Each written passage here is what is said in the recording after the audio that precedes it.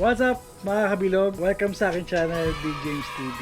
Another videos, vlog na naman tayo and tech tips para dito sa channel natin. Ngayon meron tayo na discover na TV. Nabili natin to sa Raon. Mura lang siya and quality yung TV na to. I-unbox natin tong TV na to and ituturo ko na rin sa inyo kung paano siya nagpa-power on ng kusa kahit hindi mo nagamitan ng remote pag sinaksak mo siya. So ngayon, kung bago kayo sa akin channel, baka pwedeng pa-subscribe naman, Big James TV, na-hit nyo rin yung notification bell para nag-upload ako ng mga bagong tech tips videos natin or any vlogs is mano-notify kayo. Siyempre, bago natin kasimulan mga kabilog, pasok muna tayo, intro.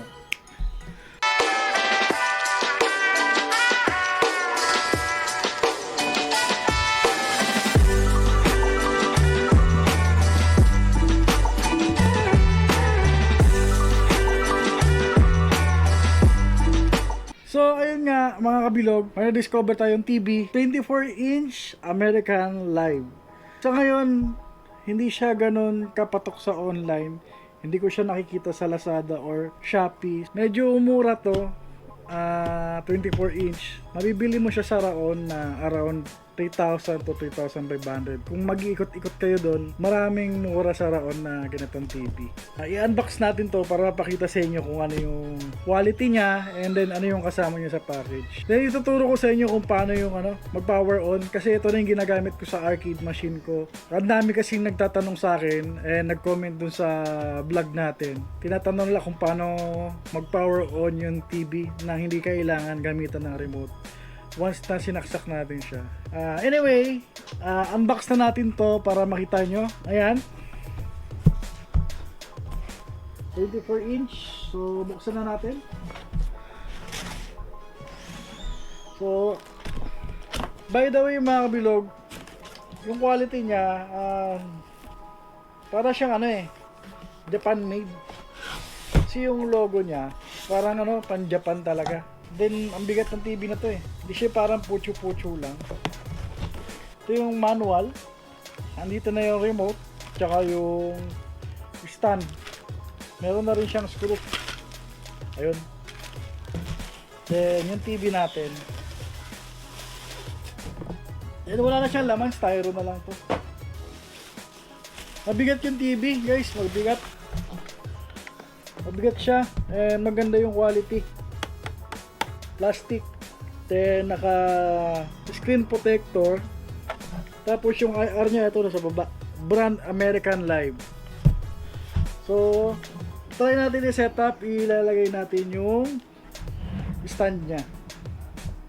Ang rated power nito mga kabilog is 35 watts. Supply voltage AC 100 to 240 volts siya. And advantage nito, kahit hindi siya ganun kalaki, may HDMI siya tsaka USB port para makapag-play ng nilalagay natin yung mga TV box, Android box.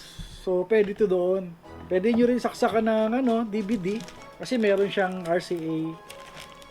Yung yellow, red, white. So lalagay natin yung stand para matesting natin. Ito yung screw. So okay ba yung stand niya? Cute. Tapos isang screw lang. So ayan, okay na siya. Ayan.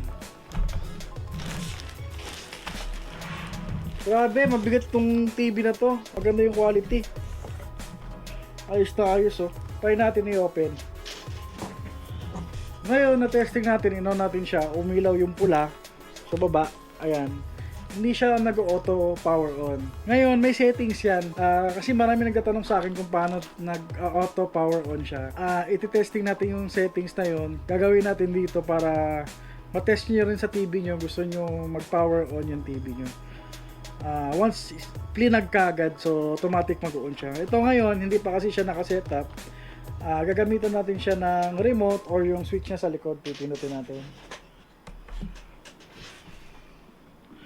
So yun, logo pa lang, astig na, American Live. Try natin mag-play ng video dito para makita natin yung quality. Ayun mga kabilog, try natin magsaksak ng USB, mag-play tayo ng video. So ayan mga kabilog, try natin mag-testing ng videos. Punta tayo sa menu, USB, tapos movie. So ayan mga kabilog, nakita nyo yung graphics. So super smooth kung paano siya mag-display ng color. Ang ganda oh. So yan yung sample ng videos natin. 1080p resolution yan. Malinaw yung videos. And guys, meron din siyang 32 inch. Nakita ko rin dun sa Raon. Mag-ikot-ikot lang kayo dun. So maraming nito doon. So nasa around 4,500 to 5,000 siya naglalaro sa ganong presyo yung 32 inch niya. Yun nga lang mga kabilog, wala lang siyang sounds yung video natin. More on testing color lang siya. Ayan. So ayun mga kabilog, na testing na natin yung display niya. Okay naman siya. Ngayon, tuturo ko naman sa inyo kung paano i-set up yung power on. So exit tayo dito. Exit. So ganito lang yun, para yung TV nyo mag auto power on. Pipindutin nyo tong menu. Ayan yung menu, lalabas yan. Tapos itatype nyo tong code 1147. So ganito lang siya mga kabilog. Pipindutin nyo yung menu, sabay 1147. Pipindutin yan 1147.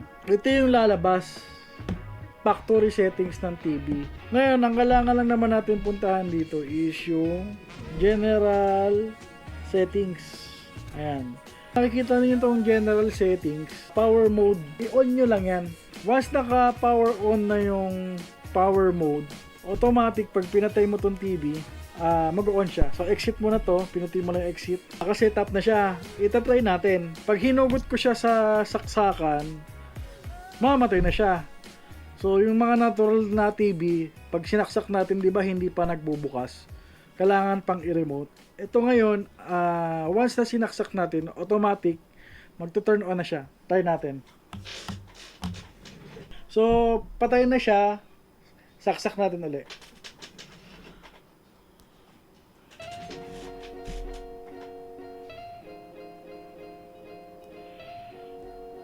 See, nakita nyo? Automatic siya nag-open. Di mo na kailangan siyang i-remote, automatic na lang siya magbubukas. So, kagandahan sa function na ganito, your settings na ganito, is para sa mga arcade nga. Switch on, switch off mo lang. Pagka switch on, automatic mag-display na yung arcade machine nyo, yung game list. So, para rin siyang monitor, di ba? Ganun sa monitor, mga typical na monitor.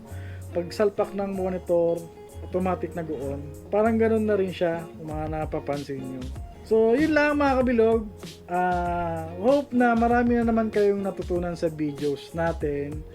At simpleng tips na tinuro ko sa inyo at sana makatulong ito about sa ganitong setup, auto power on ng TV natin. At maraming salamat sa nanonood, sumusuporta sa channel ko.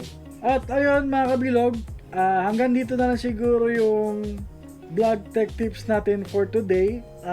Nag-unbox tayo ng budget TV at quality na nabibili sa Raon. Recommend ko to. Ayos na ayos to gamitin, and ginagamit rin natin to sa arcade machine natin kasi yun nga, dahil nga sa features na pwede natin siya i-power on. Tinuro ko rin sa inyo kung paano siya mag-power on. Papasukin nyo lang yung factory settings. Siguro mga kabilog, hanggang dito na lang yung videos natin. At kita-kits pa tayo sa susunod na mga vlog natin, tech tips, and other videos. At syempre, bago ako magtapos mga kabilog, baka pwedeng pa-subscribe naman, Big James TV. At pa-hit ang notification bell para once nag-upload tayo ng mga bagong videos, mano-notify kayo, at syempre bagong kaalaman na naman. Hanggang sa muli, maraming salamat uli sa mga sumusuporta, sa nagda-like, nag-share, and nagpa-follow. See you na lang sa next vlog natin. Maraming salamat and bye-bye. Peace out.